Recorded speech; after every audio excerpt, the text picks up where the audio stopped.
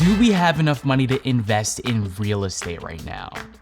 See, that's a really interesting question that we've been floating around for a while, especially because real estate is one of those things that's said to be this like really huge wealth building vehicle where no matter what, it can do no wrong. And I mean, all you have to do is just get into the market and then you're golden, right? Well, in today's video, we're gonna look at whether it makes sense for us to jump into the market, what's happening in the market, and why we haven't made the jump just yet.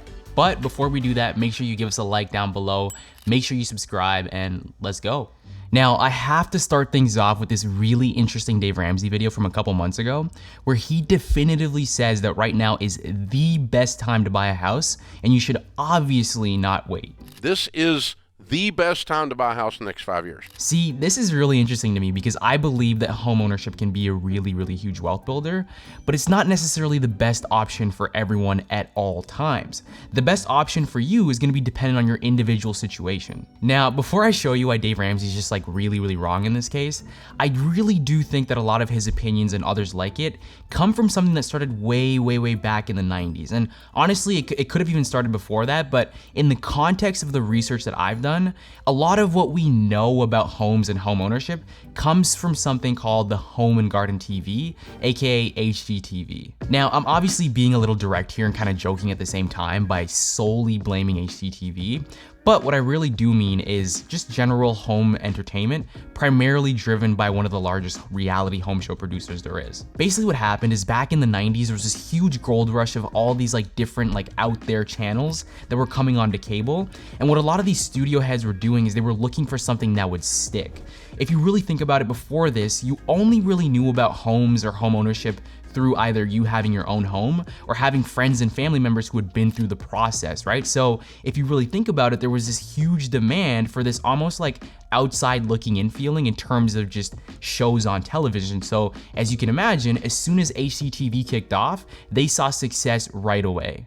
Now, what we didn't know is that this would eventually go on to influence generations of people who like these shows and then kind of use it as a place to get real life information that they could use for their own personal life choices, which brings us to where we are today. Paying rent is basically paying someone else's mortgage. If you're paying rent, you're just throwing money away. The wealth inequality gap is widening. It's difficult to buy a home. When you're renting a home, the money goes to the landlord. That money is, in a sense, put in a trash can lit on fire. Anyways, this is what I call the first key system that plays a huge role in contributing to the misconception that homeownership is for everyone, regardless of where they are in their lives. The next key system, as you can imagine, is obviously the real estate industry, whose incentive on why they want you to buy a home instead of renting is pretty obvious and transparent.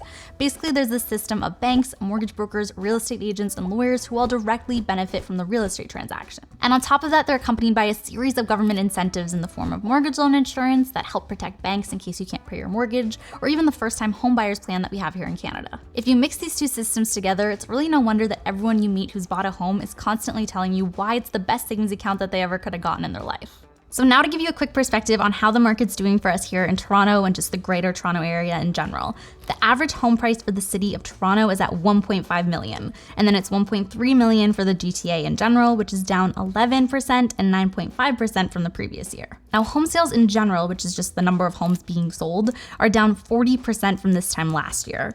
Now, obviously that's pretty reflective of everything going on in the economy right now. The price of pretty much everything is going up with inflation, and the central banks are trying to fight that off by raising interest rates, which obviously affects mortgage rates, and this ultimately just creates less demand for people actually wanting to buy homes.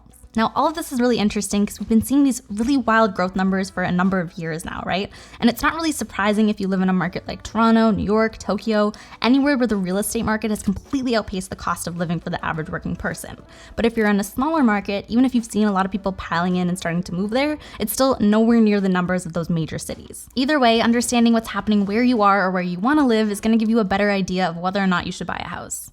So now what I want to do is I want to go over some of the arguments that we've heard on both sides. But before we do that, I do want to preface that when we're talking about home ownership, we're talking about a primary residence, which is, once again, this is the context in which the vast majority of people are speaking from. This means that any arguments relating to renting out a property just won't fly in this case, because the assumption is that you're buying a house to live in it without any plans to like house hack it or even rent it out.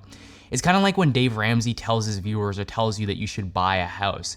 He's not telling you to buy a house because it's such a great investment that you should, rent it out. He's telling you to buy it because he wants you to live in it and then eventually pay it off. Also on the renter side, we've definitely had people ask us if we're planning on moving to like a lower cost of living city.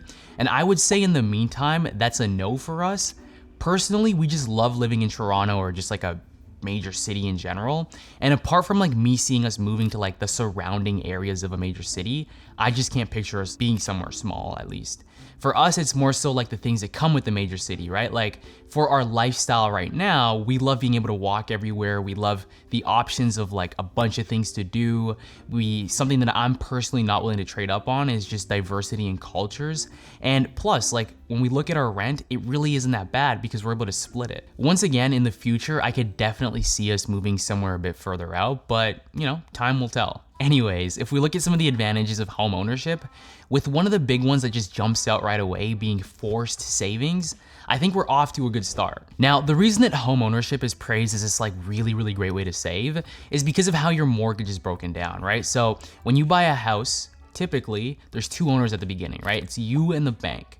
Now, as you pay down your mortgage, part of that money goes to the bank in interest for them lending you that money, right? And then the other portion goes towards building what's called equity in your home. So over time, not only are you putting money away, but that money that you're putting away also turns into something that you own. Either way, people often argue that if you opt for renting instead, then your savings are about as good as however like disciplined you are, if that makes sense. So another benefit that we see getting discussed all the time is around consistency and payments.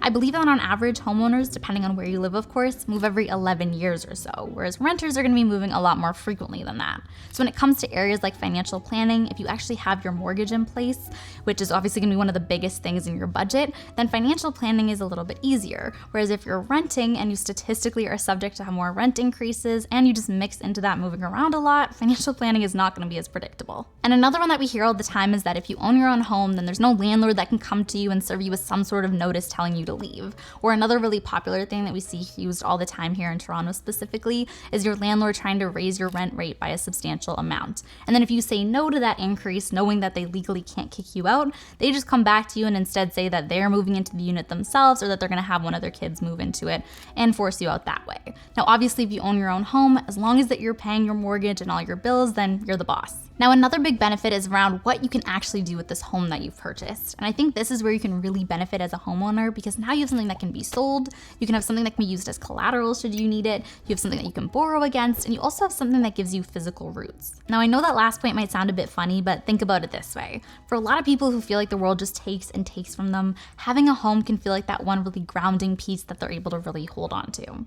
Now, in this video, we're not gonna go over any actual financial examples with you guys, and there's a lot of really great rent versus buy calculators out there if you actually wanna go ahead and run some numbers for your own specific situation. But I think taking into consideration that mix of the financial side and also just how our brains process these questions is huge in understanding this.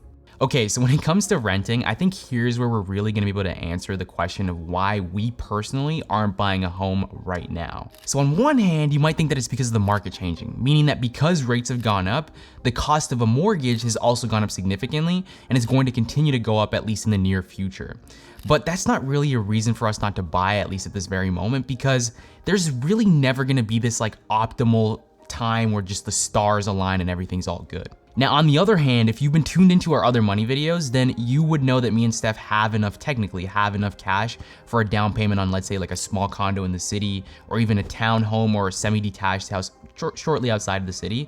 But here's the thing, the numbers don't really make sense there, and we also like the overall flexibility that renting gives us. So let me break that down even more. When we look at the costs alone associated to owning a home, so we're talking mortgage, property taxes, utilities, insurance, maintenance, capital expenses, so planning for your roof, your water heater in case that goes out, and all of the other costs that I might not even be mentioning here, that would really add up. And if we really look into it, that would probably decrease our monthly cash flow significantly. And I mean, yes, we would have this place that we own, but we also pay significantly less in rent in our market compared to the cost that it would take to actually own a home in our market, which leaves us with this cash that we can otherwise direct elsewhere.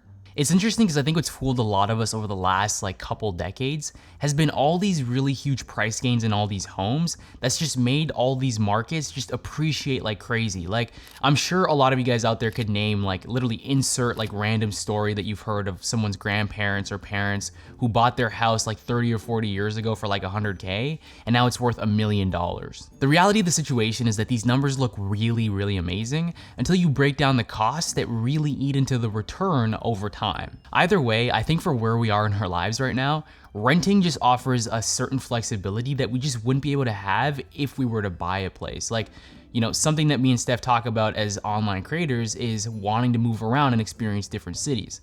For example, I always tell Steph that my body just is not cut out for these Canadian winters. So I'm sure at some point we'll want to pack things up and just move. Now, what's interesting is that if we owned a home, it would just be a lot trickier to say that we're gonna pack things up and just leave. There's just a lot more obligations that come with it, and the coordination just wouldn't be as easy and as simple as it would be if we were renters. Overall, when it comes down to it, this is a decision that we've made based on what suits our lifestyle right now. I know that for a lot of people, they tend to look at the decision of not buying a house as an opportunity cost or something that they're missing out on. I mean, for example, when we talk to a lot of our parents, they usually take the approach of, why would you not buy a house now? You're only going to be further priced out of the market. Now, what I will say to that question is that that's definitely a question for another day that we can definitely do another video on if you guys are interested in it. But what I will say is that for us, all of the free cash flow that we do have remaining from us not having these other costs that come with home ownership, we're directing a big like chunk of that money towards the stock market. So we do still have like future us in mind. Anyways, with that being said, if you guys enjoyed the video, make sure you let us know down in the comment box below. Obviously, we're looking to have a discussion here. So yeah, if you have any thoughts, you know, if you disagree, if you have any other like kind of out there thoughts, yeah, drop them down below. If you guys want to like the video, or if you haven't already liked the video, make sure you do like it down below. Make sure you subscribe, and if you haven't seen any of our previous videos, make sure you check them out next. We will be back. You know the vibes. Let's go.